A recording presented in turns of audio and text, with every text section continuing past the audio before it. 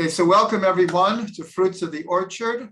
Today we're going to be learning Parshat Yitro, the Parsha where the Torah is given. Obviously, it's a very, very important Parsha. You could say that about every Parsha, but here, these are the 10 commandments are given at Mount Sinai. And in Fruits of the Orchard, we have a number of different articles. We can't get to all of them. But we're going to start with the one called Moments of Clarity. It's a relatively short piece, but I wanted to start with this because I think it's something that we can all relate to. Obviously, the foundational teaching of Chassidut is that everything in the Torah we need to look at in a way that we can translate it into our own lives. This is a cardinal principle running through all of Hasidic thought. So why did I call this short article Moments of Clarity? Because Rashi explains that when God gave the 10 commandments, at first he said all of them in one utterance, as if the whole thing at one time. And then he went back and he, as it were, enunciated each word, word by word. And he explains, he said that when God did this, there wasn't an expectation that a human being would be able to handle or receive the entire 10 commandments in one blast, one utterance. So the question is, why do we learn this? What can we learn from the fact that God first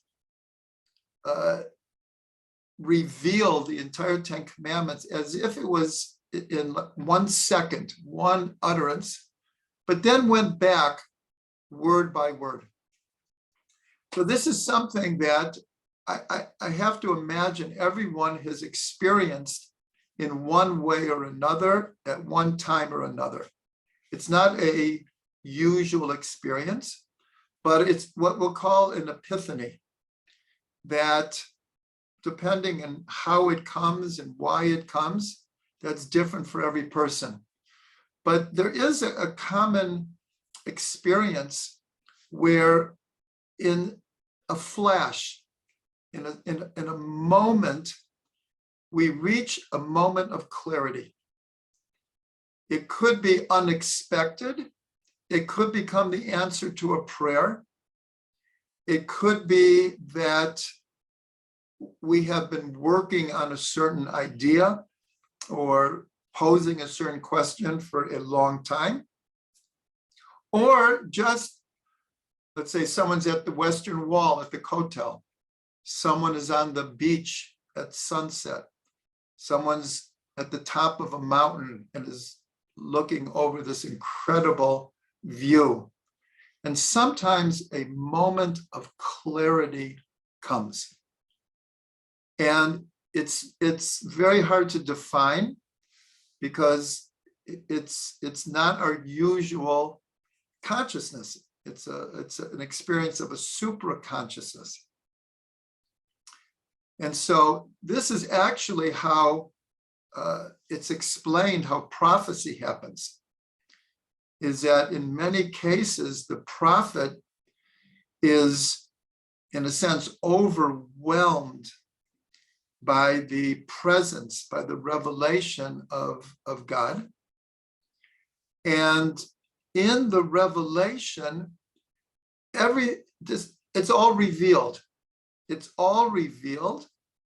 And then the prophet, and the Talmud tells us that each prophet wrote in their own language, which is telling us that even though there are cases where God, and we're not talking about Moshe here, Moshe is in a category of his own where he didn't experience this kind of overwhelmed experience, but spoke to God, as the Torah says, face to face.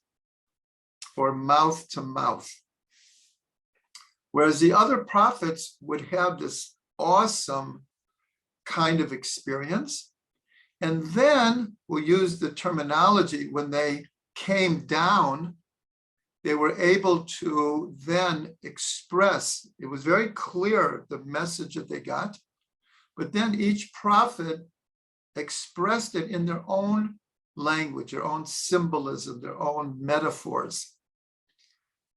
And so I'm starting this evening because, again, we posed the question, why did Rashi have to tell us? What do we learn from this?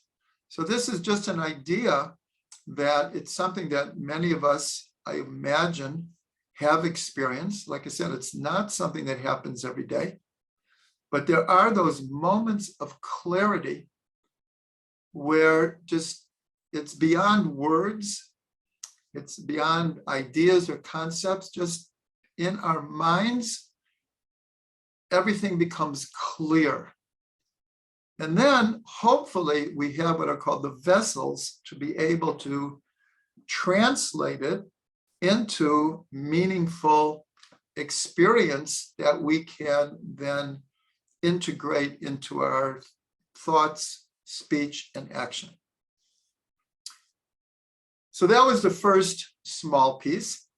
The next one is on page 199, for those who have the text. It's called Our Portion in the Torah. So on Shabbat, in the silent prayer, in the Amidah, so there's a section that we repeat in the evening, the morning, at Musaf, and in the afternoon.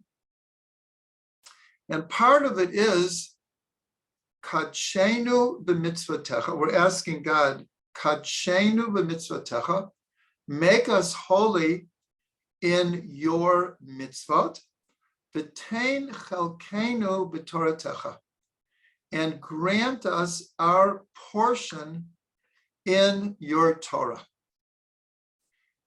So since this is the parsha where the Torah is given, what exactly does it mean? What is our request to please grant us our portion in the Torah?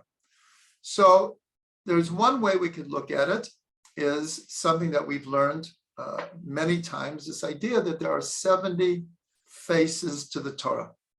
The number 70, as we've learned, is not an exact number, it's a symbolic number.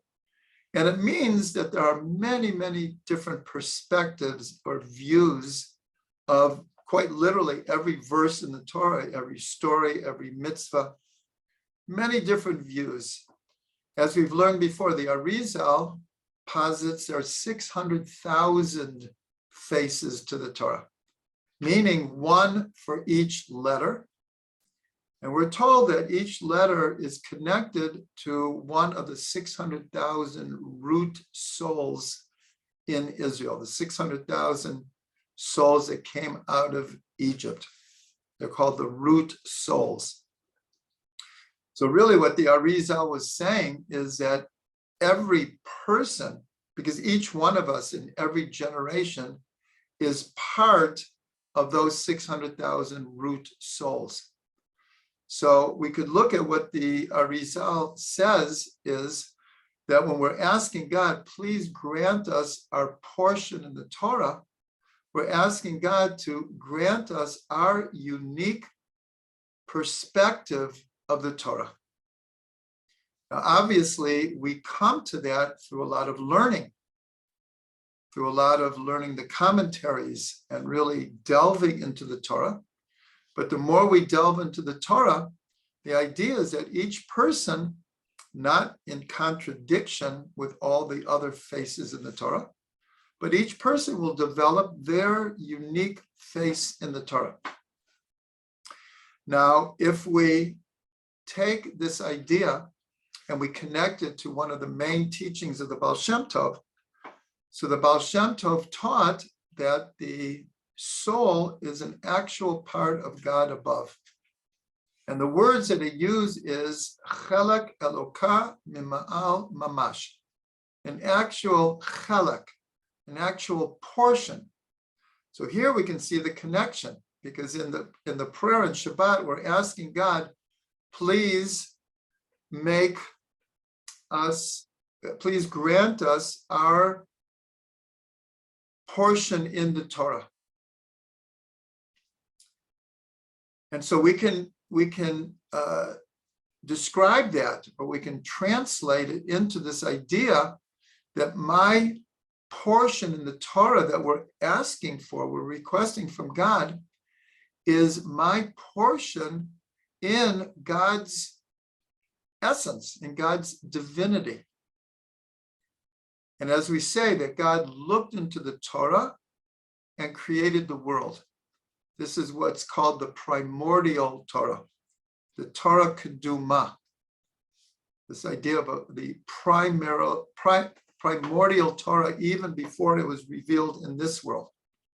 And so on a very deep level, not only are we asking for our face in the Torah, but we're also asking that God reveal us the Torah on the level of our divine portion, our portion in divinity, our portion in the divine Torah, the primordial Torah. So this is a very, very deep way to see this. So in the article, I then mentioned a very, very important statement in the Zohar. It's given over in a couple of different languages, but the essence is that Torah, Israel, and God are one. Israel, Torah, and God are one. Because our soul is a chelak elokam mimam al mamash, an actual part of God above, then that's connected to our portion in the Torah, and the Torah is God's will. And so there's a unity between the Torah, Israel, and God. And so that's very connected to this request of give us or grant us our portion in the Torah.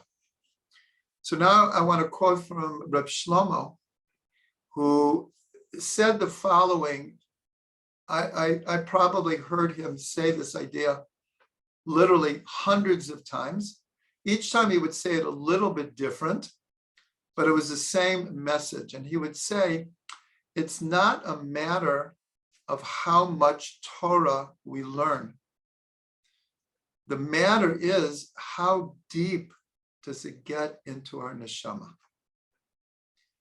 And there's a saying from the Rebbe from Kotsk. The Kotsk Rebbe was considered very sharp.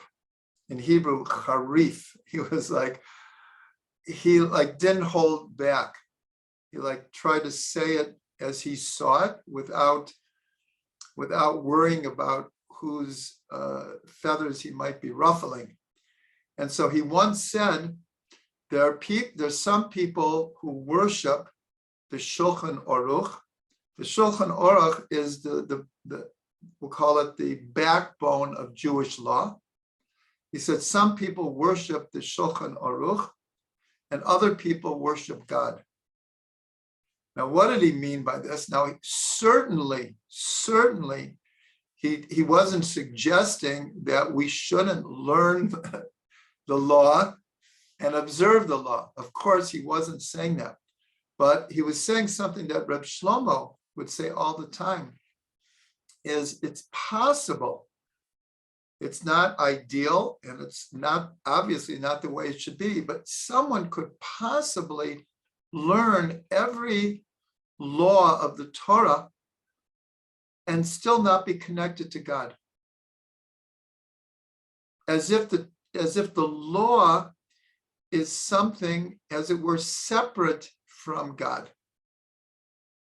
And sometimes many of us do fall into this, that we forget who gave us the Torah. We learn the Torah, but sometimes we're a little bit cut off from the consciousness that it's God who's not just gave us the Torah, but is constantly giving us the Torah. So again, this is all connected to this desire and this request that we make on Shabbat, that God, please grant us our portion in the Torah, our unique portion in the Torah, our portion that is part of your divinity, that is part of your primordial Torah, and let it be a portion that gets into my bones. It's not just an intellectual exercise, and it's not something that I do by rote, either because I was brought up by it, or even for all the Baalei Tshuva. Once you're into the mode, we can forget the original inspiration which brought us to the Torah. So bless all of us that we can find and we could be granted our portion in the Torah, and that we make ourselves a proper vessel to be granted this by learning the Torah. I just want to make clear what the Kotzker Rebbe wasn't in any way, shape, or form discouraging learning or observing the Torah. Just the opposite. He was trying to emphasize that we need to learn the Torah in a way that totally infuses our whole being, and is not this something that's separate from us, that we're observing something as if it's not really part of us and not really part of God. So that is the second article that is in Fruits of the Orchard. The third is called Three Chords Bonded Together. Now, this is really connected to this saying in the Zohar, that what are the three things that are bonded together? Israel, the Torah, and God. And there is a verse in Ecclesiastes, in Kohelet, as is quoted on page 197. It's the 4th chapter of the 12th verse of Kohelet, where it says, a cord braided from 3 strands will not quickly be broken. The simple understanding is, what does it mean? A cord braided from 3 strands. What are the 3 strands? So obviously it's not talking about really on the physical level of like a rope, of taking 3 strands and making a rope. That's the metaphor. But the call it the main idea here is that the 3 strands are the 3 patriarchs, and by extension, the 4 matriarchs. In other words, when the 3 patriarchs are bonded together, then that bond will not be broken.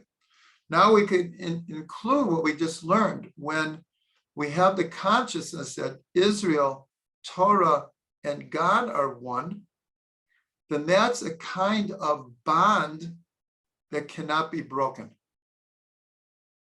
So in other words, what kept the Jewish people really together for thousands of years in the exile, spread all over the world, and mostly under very adverse conditions, sometimes very harsh, even terrible and cruel conditions, is our connection to God in the Torah.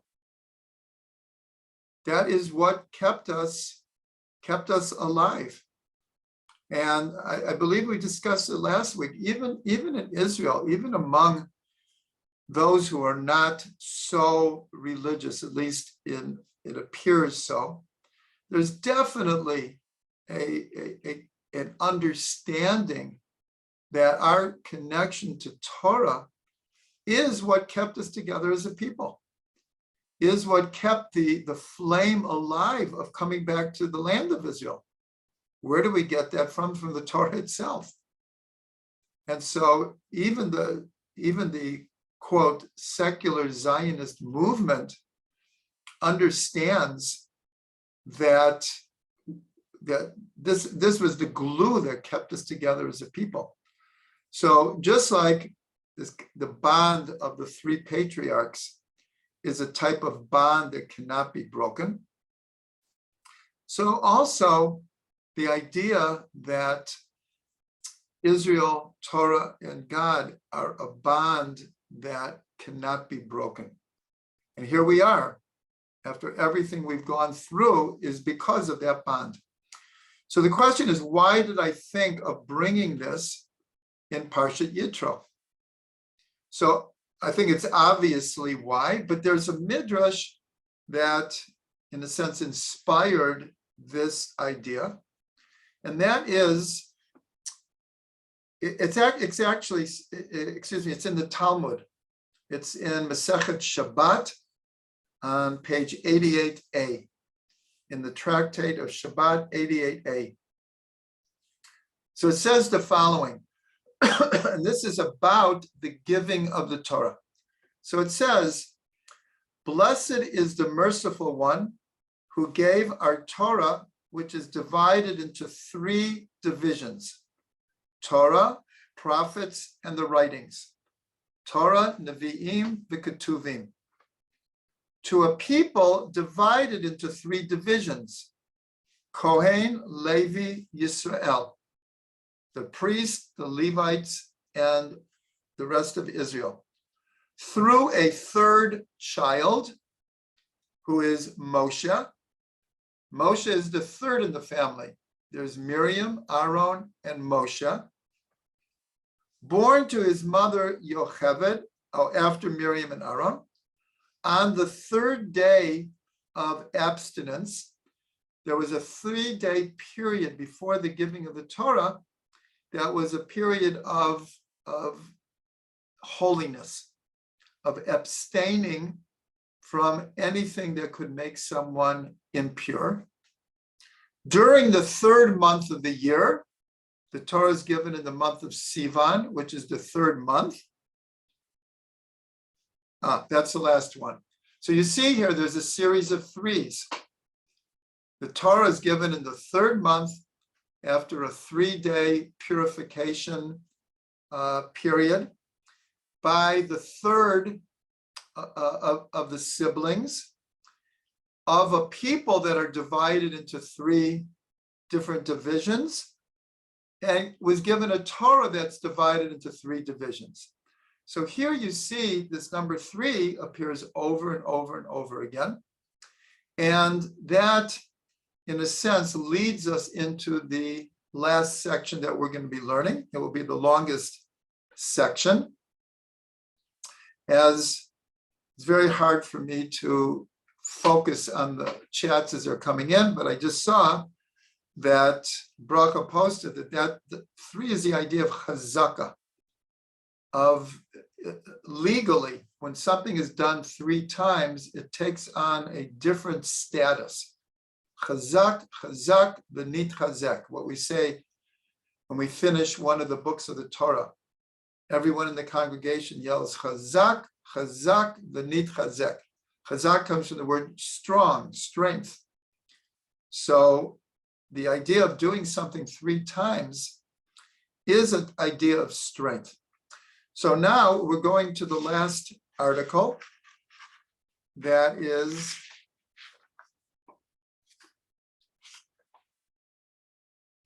I'm just looking what page. On page 195. And we're going to delve a little bit deeper into this. And it's called A Treasured People. As part of the preparation for receiving the Torah at Sinai, and this is found in this parsha of Yitro, and in the next parsha of Mishpatim. At the end of the parsha, it goes back and fills in some of the, we'll call it the the blanks between the lines of how the Torah was given. And so there were many days where Moshe would go up to the mountain. God would speak to him and say, go down to the people and tell them. He would go down.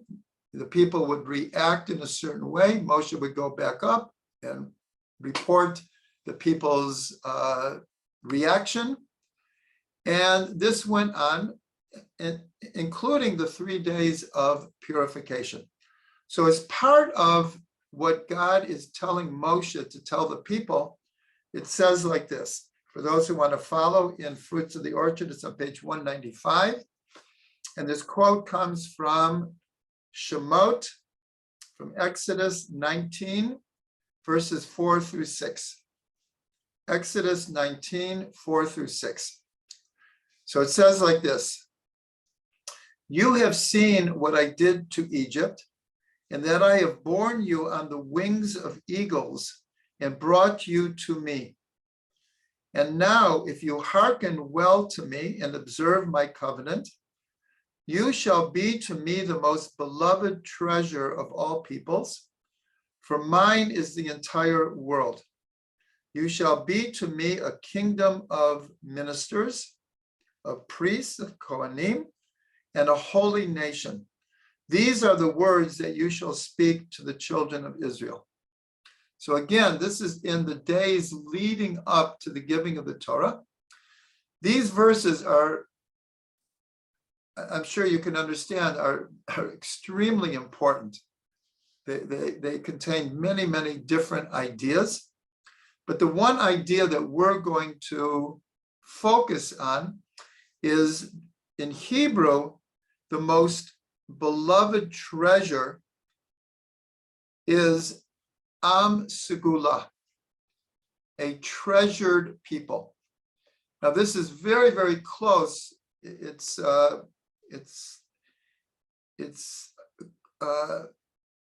very subtle, but it's very close to the idea of the chosen people. But that word is different. This is Am Segula, which means a precious, treasured people. So I want to delve into what does this language mean, because it's a little bit different than chosen. That's Am Hanivchar, the chosen people, Am Hanivchar. But this is Am Segula. So the one way we can understand, so first of all, what does the word Segula mean? So we said treasured, precious, but it's also the same root as the name of one of the vowels. There are 9 Hebrew vowels, and one is called a segol. A segol in, we'll call it more ancient Hebrew, is the idea of a triangle. And so here, for those who are not familiar, this is the picture of this vowel. And of course, it appears everywhere. There's only 9 vowels. And this is called a segol. According to Kabbalah, this is Chesed, Gevura, and Tiferet. But more than that, as we're going to see, that is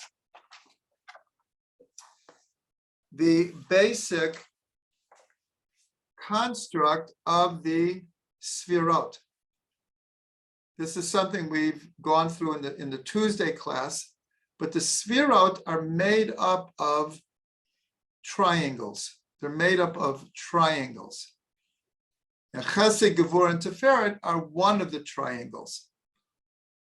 So here, we're not going into depths about that, but here you could see that first we said like this is a triangle, but this is also a triangle, and this is also a triangle, and this is a triangle, and that is a triangle, and that is a triangle.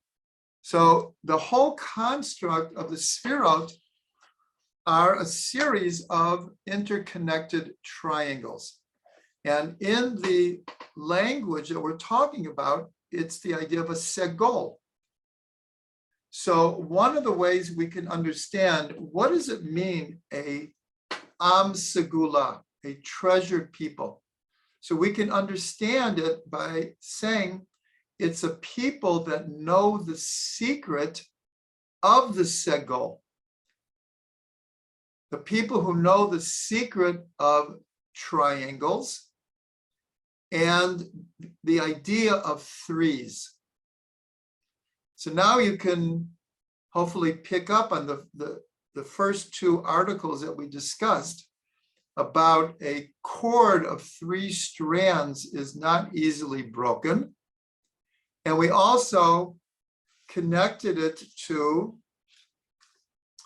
the idea of finding our portion in the Torah and how Israel, the Torah, and God are one. Now it's significant that we're talking all in threes. Everything is threes, and the Talmud that said how we received the Torah in the 3rd month, a Torah of 3 divisions, of a people of 3 divisions, by a family of 3 siblings, after a 3-day purification. So here we're talking in threes.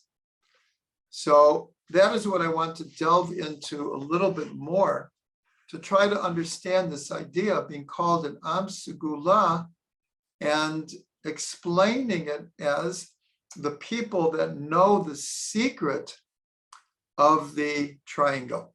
Now, the idea of a triangle is the idea of balance. Because what do we have? Give me a second.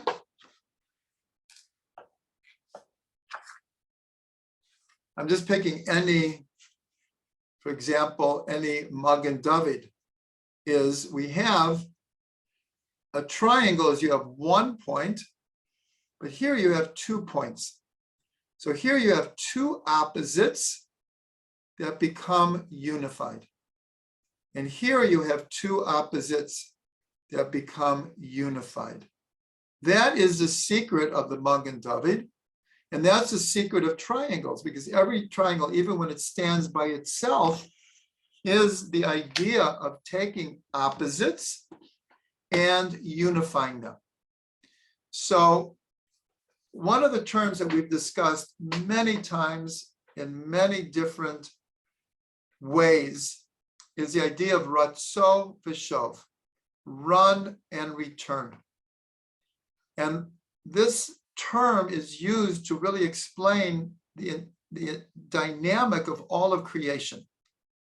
All of creation is AC/DC, breathing in and breathing out.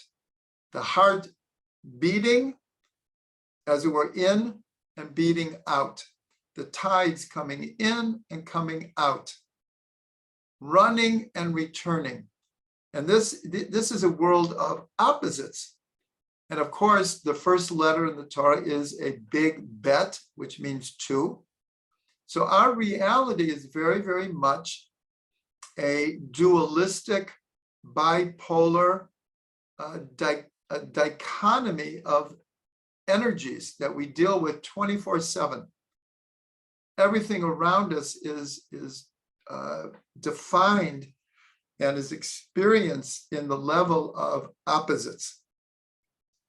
So the secret of being an Am Segula is the idea of that every pair of opposites has a unified force, a unified source.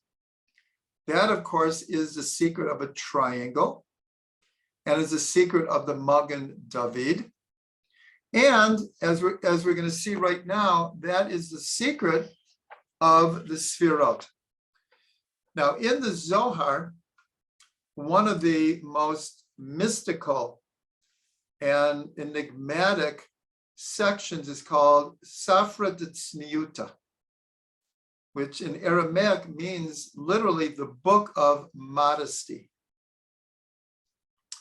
And it begins these are considered some of the deepest secrets of the Zohar, where Rabbi Shimon Bar Yochai begins by saying, as long as the world is not in balance, then the world is not in a state of rectification. And he goes on to explain that the world of rectification is symbolized by the three columns of the Sfirot. Because the two outside columns, this represents opposites. This is much of the world as we experience it. And this is, like in the East, it's called the yin yang. And it's an acknowledgement of these very real opposite forces. But in Safra Tzniuta, Rabbi Shimon Bar Yochai was saying that is not a world of rectification. A world of rectification needs the middle column that will unify in the form of the triangles all opposites. And that's why in the cardinal statement of faith in the Torah, Shema Yisrael, Hashem Elokeinu, Hashem Echad. Hear, O Israel, God our God, God is one. But if you look carefully, when we say God our God, there are two different names of God.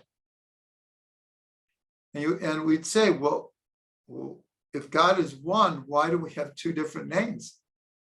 And so this is symbolizing each name of God represents a different kind of energy that's in the world. And so what it's saying is all of the forces of creation, all of the energies are, no matter how dualistic they appear, no matter how bipolar the world appears, there is a unity, Hashem Echad. So this is really what's saying, why are we called a treasured people? Because we know the secret of the Segol. We know the secret of unifying opposites into a unity. And that's why in Hanukkah, there's a lot of talk about, there were really two wars going on. There was a physical war and there was a spiritual war. And part of the spiritual war was that Greek logic, in a sense, was terrified by paradox. Because for a logical mind, if you say this is true and this is true, and they're diametrically opposed, and they just don't fit together, so don't come and tell me that they actually are one. They're two different things. They don't fit in the same set. And Judaism, as we've discussed many times, embraces paradox. Because paradox is where truth comes.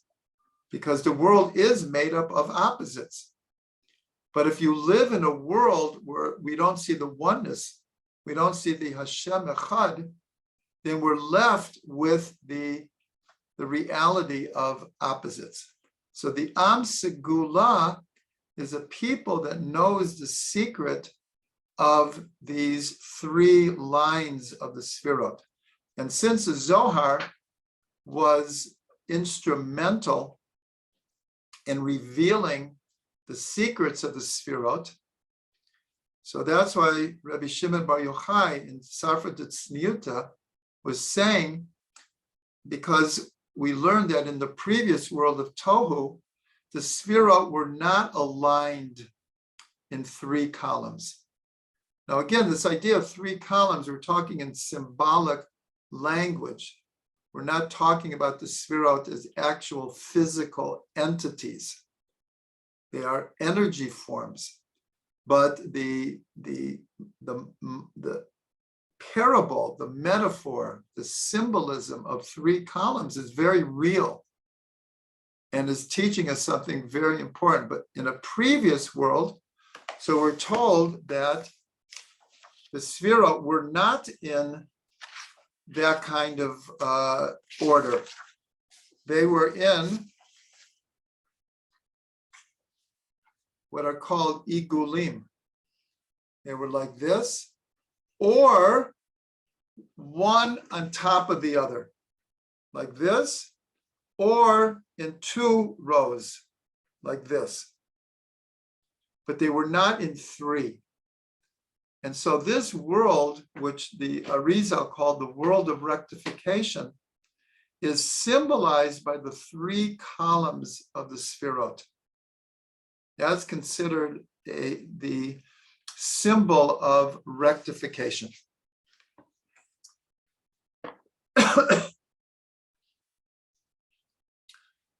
Now, we mentioned the Zohar, but I want to go back to the Sefer Yetzirah. And again, many of you also attend the Tuesday classes. So a lot of this we've covered in different series on the Sphirot and in Sefer Yetzirah. Sefer Yetzirah is considered the oldest Kabbalistic text, the oldest mystical text in Judaism. And it is very, very much based on divisions of three. Just like the Zohar reveals in greater depth, but already the Sefer Yetzirah. And we see this in the very, very first Mishnah. It says that God created the world through three books. And each one of the books is Sefer, Sfar, and Sipor, through text, number, and story. And we discussed that this means that the form, the name, and the number of each letter. The form, the name, and the number of each letter. And so right in the beginning, and this idea of the three books, because the root of the book, Sefer, book, is the same as Sfirot. It's the same as the Sfirot. And the Sefer Yetzirah really deals with those two things, the 22 Hebrew letters and the 10 Sfirot. But after it introduces the idea of the creation coming through these three books or three manifestations of the letters, so then it gives over another cardinal idea, is that every letter manifests on three different levels, what are called Olam, Shana, and Nefesh. World, which means space. Shana means year or time. Nefesh means soul or consciousness. So space, time, and consciousness. So again, we see the Sefer Yetzirah, the oldest of all Kabbalistic texts, bases its structure on threes. And we see this further because, as I said, the whole book deals with the Hebrew letters and the 10 Sfirot. And it divides all 22 Hebrew letters into three divisions. There are what are called three mother letters. And you'll forgive me, I'm not going to go into depth about this because, first of all, anyone can access on our website, on YouTube, all of these series that I'm talking about, the series on the Sfirot, etc. So the Sefer Yetzirah divides the letters into three divisions. One are called the three mother letters, Aleph, Mem, and Shin. Aleph is air, avir. Mem is mayim, water. And Shin is fire, Aish. So these are the three elements. Earth is considered the vessel for these three elements. And then there are what are called the 7 double letters. These are the letters that have a hard and soft sound. Bet and vet, pay and fay, chaf and kaf. There's 7 letters that have 2 pronunciations to it. And then there's what are called the 12 simple letters. Those are the letters that are not the 3 mother letters and the 7. The point here is that in the Sefer Yetzirah, it divides letters into 3 divisions, and it divides really all of reality into space, time, and consciousness. And we've discussed how in up to 100 years ago, science looked at space and time as like apples and oranges, 2 completely different entities. Space is space, time is time. Along comes Einstein, and he reveals that they're not apples and oranges. They are intrinsically connected, totally enmeshed one in the other.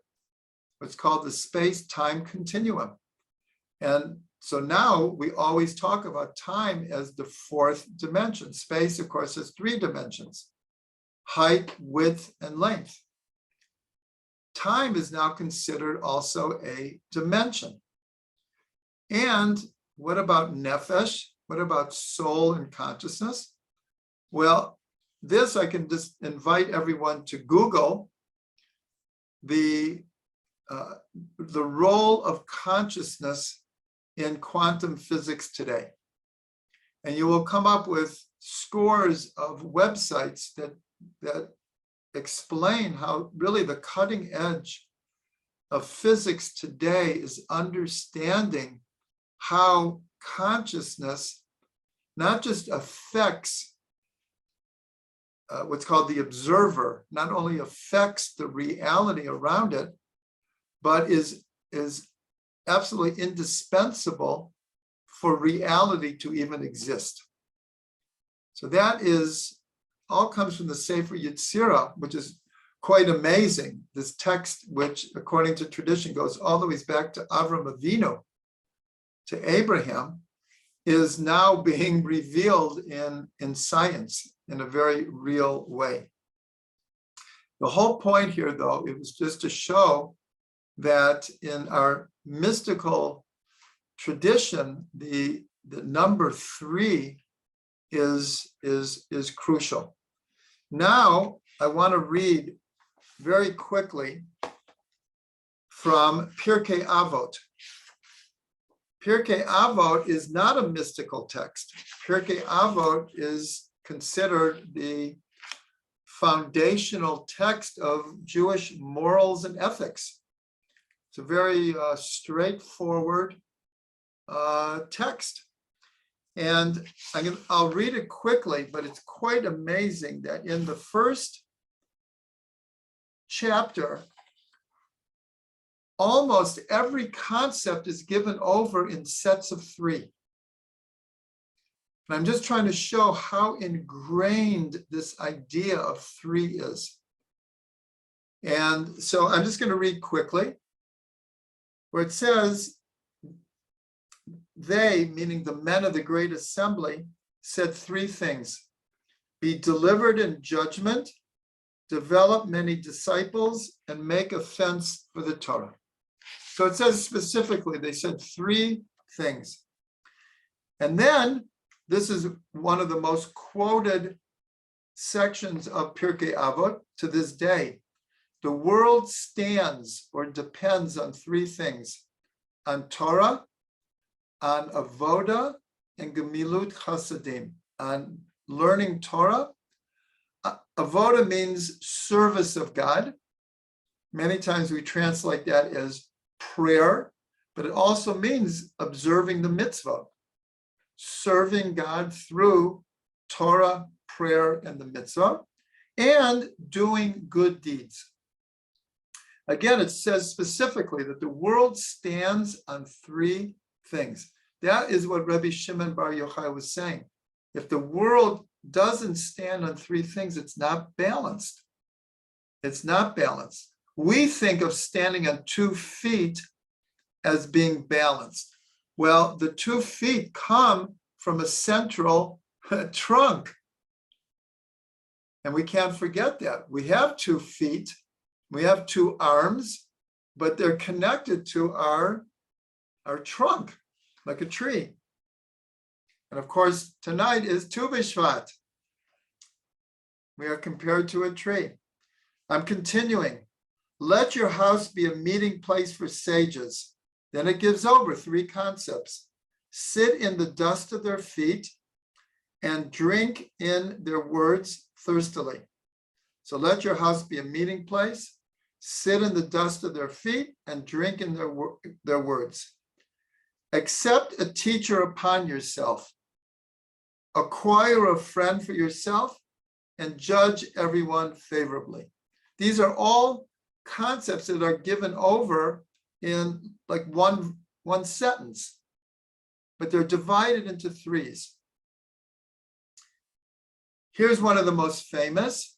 This is from Hillel. Im ani li ma'ani. No, I'll start. Im ein ani li mili. Im ani li ma'atzmi. Im lo achshav ematai. If I am not for myself, who will be for me? And if I am only for myself, what am I? And if not now, when? Again, given over in 3s. There are more, but to save time, I want to get to other. But you can see whether it's the mystical tradition or the very straightforward, moral, ethical pearls of wisdom, the idea of 3s is given over. Now I want to mention quickly the Baal Shem Tov. The Baal Shem Tov gave over 3 ideas in sets of 3.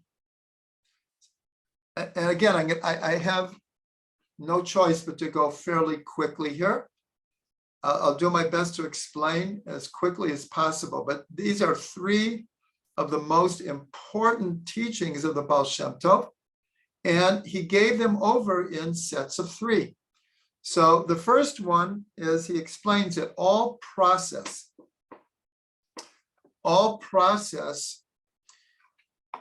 comes in 3 stages. In Hebrew, hachna'ah, havdalah, and hamtakah, which means submission, separation, and sweetening. A practical explanation. What does submission mean? If a person has a task that they want to accomplish, it could take 5 minutes, 5 days, 5 years, but it's going to go through the process of 3 stages. First, we have to submit ourselves to the task at hand. We could think everything we want, but until we submit ourselves, meaning that we really decide we're going to do this, nothing happens. So that's the first stage, hachna'ah, submission. The second is called separation, havdalah, like at the end of Shabbat, havdalah. Separation means that if I have a task at hand, for however long that task needs to be done, I have to learn to separate between those things that will help me fulfill this task and those things that will distract me, take me away. So any task, we have to make this separation in order to accomplish it. The last process is called hamtakah, which is sweetening, meaning that when I get to finishing the task at hand, that I get satisfaction from it, that it's sweet. In other words, I'm sure we've all experienced this, that we had a goal, we did it, we fulfilled it, and then when we got there, it's like, this is not what I thought it would be, which leads sometimes to frustration and disappointment. So it's a great sweetening when you get there, like you're happy with it. You enjoy it. You feel satisfaction. And of course, you thank God for helping you get there. That's the sweetening. So that's the first set of teachings from the Baal Shem Tov in threes. The next one is very similar to the Sefer Yetzirah, which was time, space, and soul. Olamot, Olam, Shana, and Nefesh. The Baal Shem crafted another set of seeing all of reality called Olamot, Nishamot, Elokut. Worlds, souls, and divinity. That every situation, every point of reality, every circumstance plays itself out in the physical world, reality. It has an effect and a perspective from the soul, and it is going to be fulfilling on some level, a level of divinity. And there's a godly aspect to this circumstance or aspect of reality. So that is the second set of threes in the Baal Shem Tov.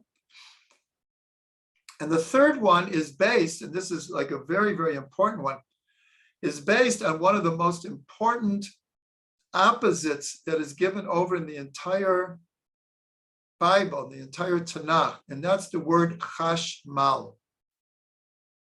We've discussed this before. Chashmal is contained in the vision of Ezekiel, and it's described as a brilliant color or energy that Ezekiel sees in this vision. Very, very hard to translate.